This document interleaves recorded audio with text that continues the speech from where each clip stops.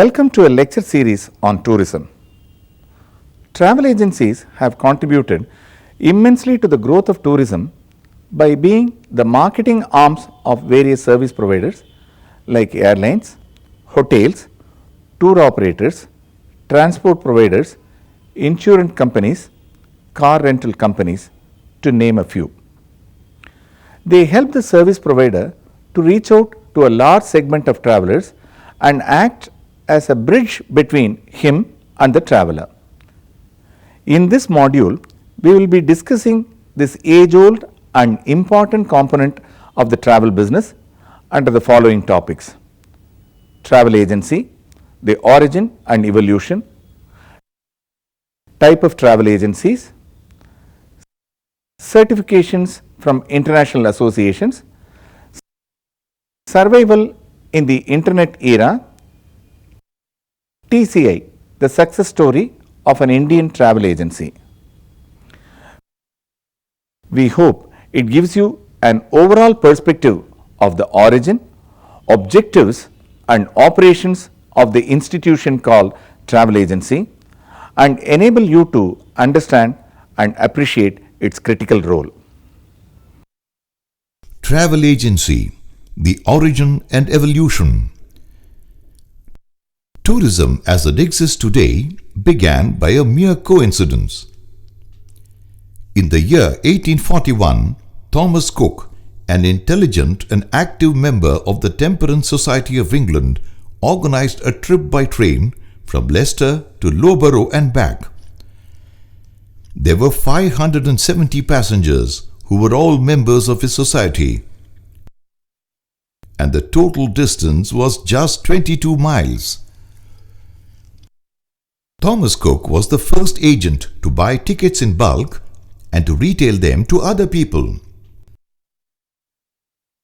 The trip cost each passenger 1 shilling and was organized on a no-profit basis with lunch, tea, and a band playing religious songs on board. The success of this trip encouraged Thomas Cook to create a business model in 1845 when he set up a full-time company to organize excursions. This new venture had to subsist with a meager 5% commission paid by the railway company, which made Mr. Cook to seriously look at diversification. He moved on to package tours, which included transport, hotel accommodation, sightseeing, guide services, and food at the destination. His innovative spirit revolutionized travel with novel concepts like traveler's checks and hotel vouchers that made cash payments redundant. Further, traveler's checks also came with insurance coverage against loss or theft, thus eliminating the hassles of safekeeping them. These two inventions by Mr. Cook have stood the test of time and continue to be an inseparable aspect of travel and holiday until now. Almost around the same time, other travel companies like the American Express were set up in major cities across the USA and Europe. Thomas Cook's association with India began in 1878 when it brought the first group of rich British tourists to India, to Bombay by ship. Another travel company known for its wide network and range of services is the American Express Company, or Amexco. The concept of credit card is an Amexco invention which entitles a cardholder to buy anything up to a given limit without having to pay cash. So long as travel was limited to ships or the railways, the companies did not need travel agents to sell their tickets. They were content to have booking offices in their premises and never thought of any external agencies to promote business. But the advent of aeroplane changed the travel scene. In the 1930s, Pan Am, which subsequently became America's #1 international carrier, could not afford an office to run its business. So it struck a deal with Thomas Cook for opening a ticket counter in its offices across the USA against a 10% commission. This is how travel agencies came to function as the marketing arms of airlines. Now, some 70% of international and 60% of domestic airline tickets are sold by travel agents across the world. Many governments, including those of the USA, UK, Japan, and Singapore, have legislations regulating the working of travel agencies to protect the consumers from unfair business practices. The regulations insist that travel agencies should have trained staff, minimum capital, and consumer protection insurance. In India, there is no legislation to regulate travel agencies. However, they are within the purview of various consumer protection forums who take up complaints against travel agencies. Travel agencies in the post-war period. The travel scene has been witness to many significant changes after World War II. In the post-war period, many shipping companies folded up. Railways lost their popularity in USA and Canada as the automobile explosion in those countries made cars the most preferred mode of transport. Travel for fun and pleasure resumed in a vigorous manner. Cost of air travel, which was very high in the initial stages, nosedived with the arrival of larger commercial aircrafts. The 375-seater Boeing 747 brought about a price war, making air travel cheaper than sea travel. To fill up the wide-body jet, airlines needed more sales outlets, which were provided by the travel agencies. The number of travel agencies worldwide increased from 3,000 in the early 50s to 60,000 by 1998. In the year 2000 alone, scheduled airlines carried more than 2 billion passengers. Over and above this, chartered aircraft fly an estimated 500 million passengers annually. Types of travel agencies. Basically, there are two types of travel agencies: the general travel agency, the specialized travel agency. The general travel agency is distinguished by a small workforce with 2 to 10 employees, a wide range of travel-related services.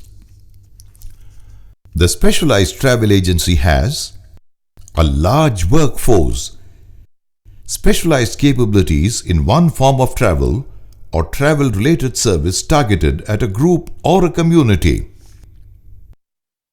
A specialized travel agency targets corporate and commercial accounts, taking care of their business travel, air tickets, hotel accommodation, car rentals, cruise travel, package tours, besides organizing conventions or conferences.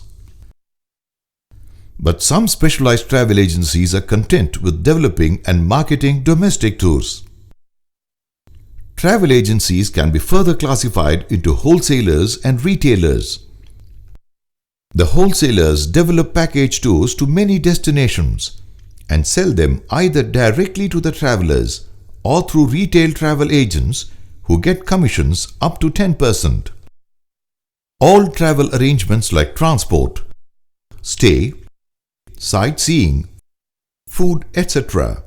are taken care of by the wholesaler. It is also important to familiarize ourselves with terms like outbound tour operator and inbound tour operator. Tour operators who promote tours to foreign destinations are called outbound tour operators, whereas those who receive guests and handle arrangements in the country of destination are called inbound tour operators. Travel agents who operate tours only within their own country are called domestic tour operators. Revenue model. Most travel agencies do not charge anything from their clients for the services rendered. They subsist on commission given by their principals, namely airlines, railways, insurance companies, hotel or motels, car rental companies, etc. Commissions offered to a travel agent vary from country to country, depending on the market situation. For instance, airlines offer commissions up to 15% in USA, where there is no ceiling on commissions due to the liberal economic policies followed by the government. In India, airlines follow the IATA norms, whereby they offer 7% commission on international travel. Air India offers 5% commission, on par with the private airlines in the fray. Indian Railways do not offer commission to travel agencies. As a result, the agencies levy a service charge for clients who approach them for railway bookings. However, Indian Railways offer a 10% discount to agencies on the Indrail passes they sell to travellers from abroad against foreign currency payments, and also on Palace on Wheels tickets. There are about 1,000 IATA approved travel agencies in India. A few of them have a dozen or more offices all over the country and provide employment to a large number of educated youngsters. These travel agencies provide comprehensive services covering preparation of itineraries, reservations and ticketing, arranging passports, visas and health documents, hotel reservations, transport, sightseeing, travel insurance, etc. In short, there is hardly anything that a travel agency cannot do for their client at the other end of the journey, provided it is professionally run with experienced people at the helm. How to open a travel agency? One critical factor in starting a travel agency is the selection of a proper location. A travel agency must be located in a developed place which has a good infrastructure like roads, power supply, parking facilities, and communication network. It must be centrally located and easily accessible to the target clientele. As for the budget, the thumb rule is that rent and utilities should not exceed 10% of the projected budget. The office ambience must be attractive and aesthetic. Outdoor signs and window displays are essential features of a good travel agency. Telephone, fax, photocopier, and computers with net connection are the minimum office equipment recommended. Most successful travel agencies have backroom computerization for their accounting, billing, and follow-ups on outstanding payments. Certifications from international associations. It is important for a travel agent to get certifications from IATA and other agencies. In the first year of its operation, a travel agency gets no commission from airlines. However, after getting approval from IATA, it can claim commission from airlines for the sale effected on a retroactive basis. Recognition by IATA lends certain credibility to a travel agent's operations. Most IATA-approved agents in India are also members of a national organization called TAAI, Travel Agents Association of India. A membership with this body is further proof of the agency's professionalism and reliability. Established in 1950, the TAAI has its headquarters in Mumbai with 7 chapters in major cities across India. The objectives of TAAI are to protect the genuine and legitimate interests of its members that include not only travel agencies but also airlines, hotels, motels, and transport companies.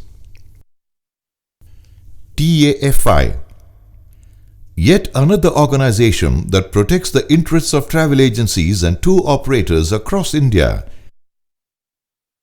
The Travel Agents Federation of India works closely with TAAI. IATO, based in Delhi, IATO, or the Indian Association of Tour Operators, safeguards the interests of tour operators in India. A young and active organization, it has among its members all those involved in tourism, including hotels, transport operators, airlines, and state tourism departments, etc. UFTAA or UFTA, Universal Federation of Travel Agents Association, or the UFTA, is a global body with 121 travel agency associations from across the world as members, including India's TAAI. It also has over 48,000 travel agencies worldwide on its list of members. UFTA provides training opportunities to its member travel agents.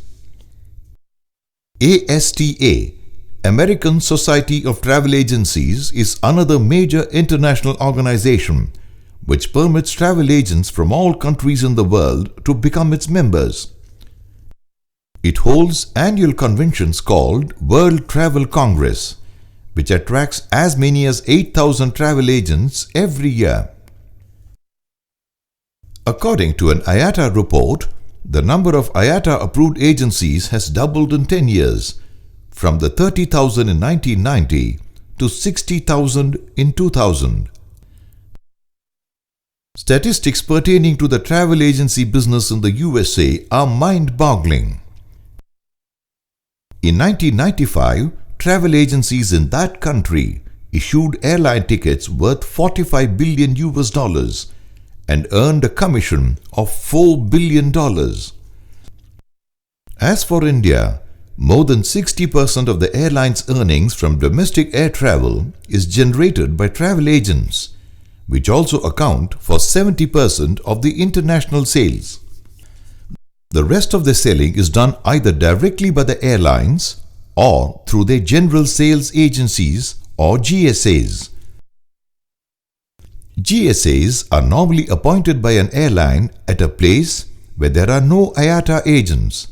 A GSA sells tickets of only one airline which it represents and operates its offices as the airline's own office for all practical purposes.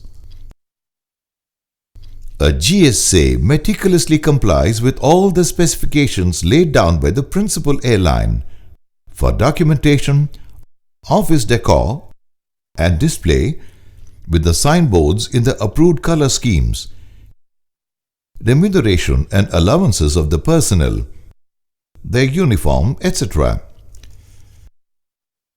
These outfits earn a higher commission than the regular IATA agents. Over the years, most airlines have found it advantageous to have their operations run by a GSA to cut down on overheads.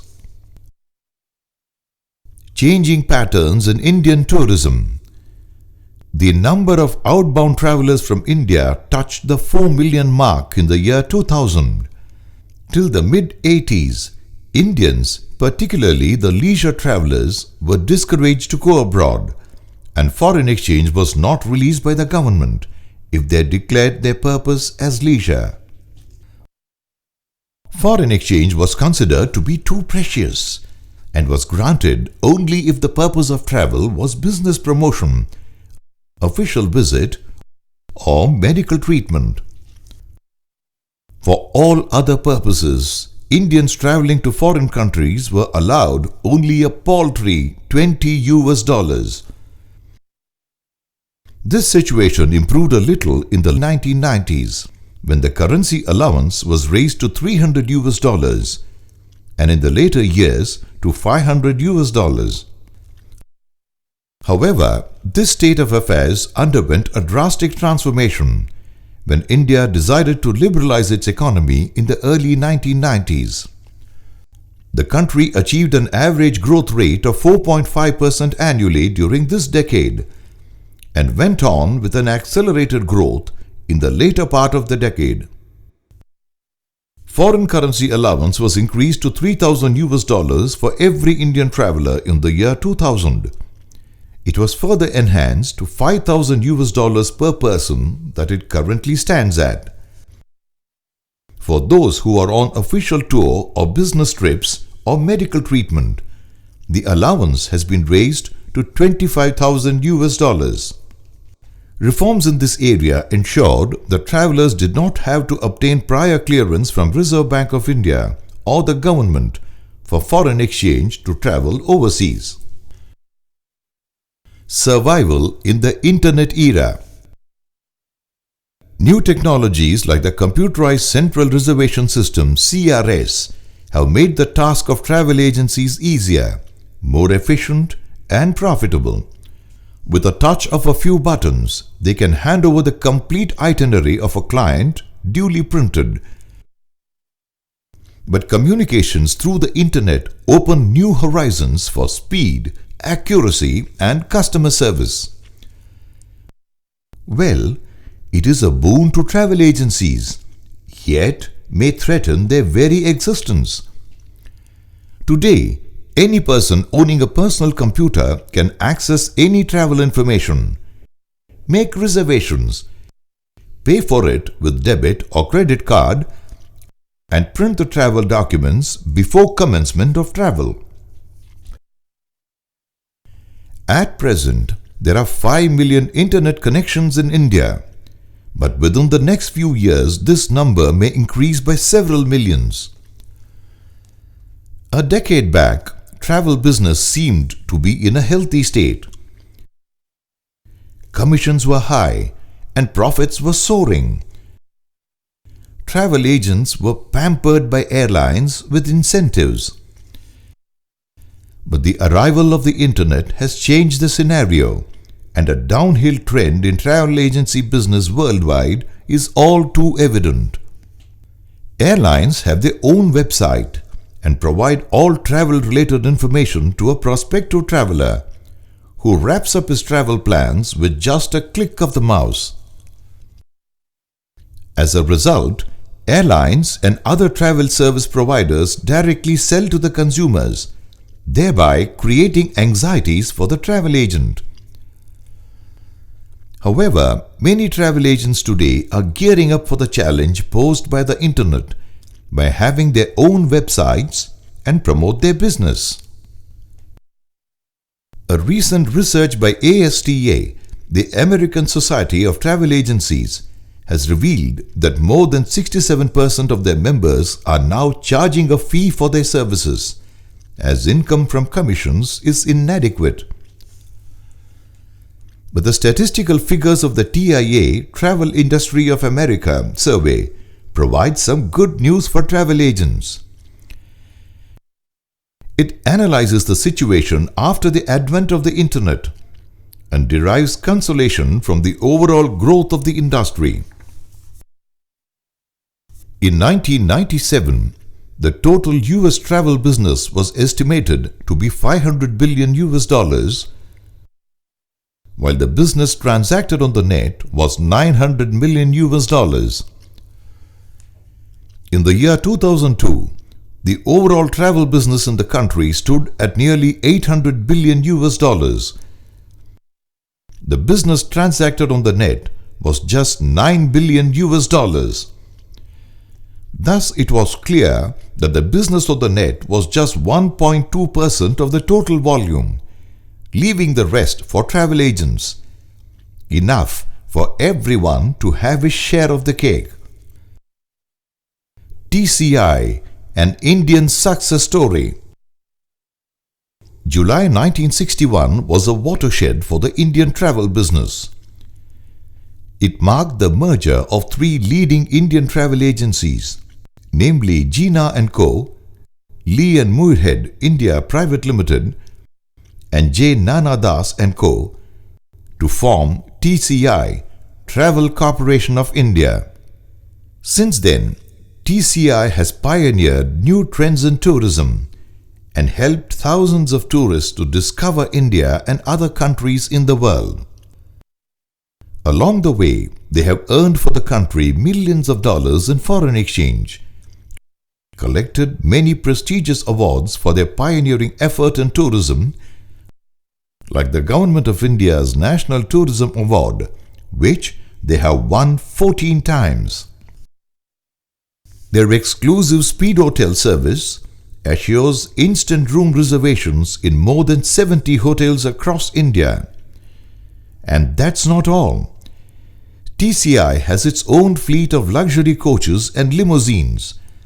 They are the exclusive agents for Indrail passes on India's extensive rail network, Eurail, Japan Rail, Amtrak and Greyhound, etc.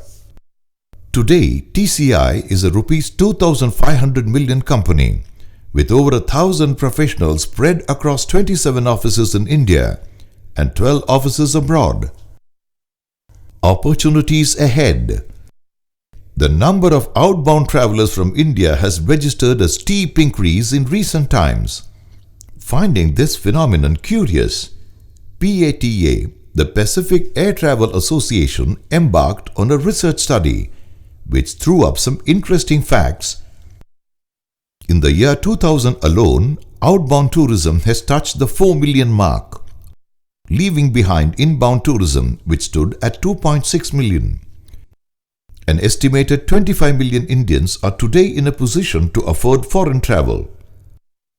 Thus, it is clear that there is a vast potential yet to be tapped, and that means great opportunities and a bright future for the Indian travel industry. Notwithstanding all the competition in the industry and growth of technology, travel agent has a definite and positive role to play.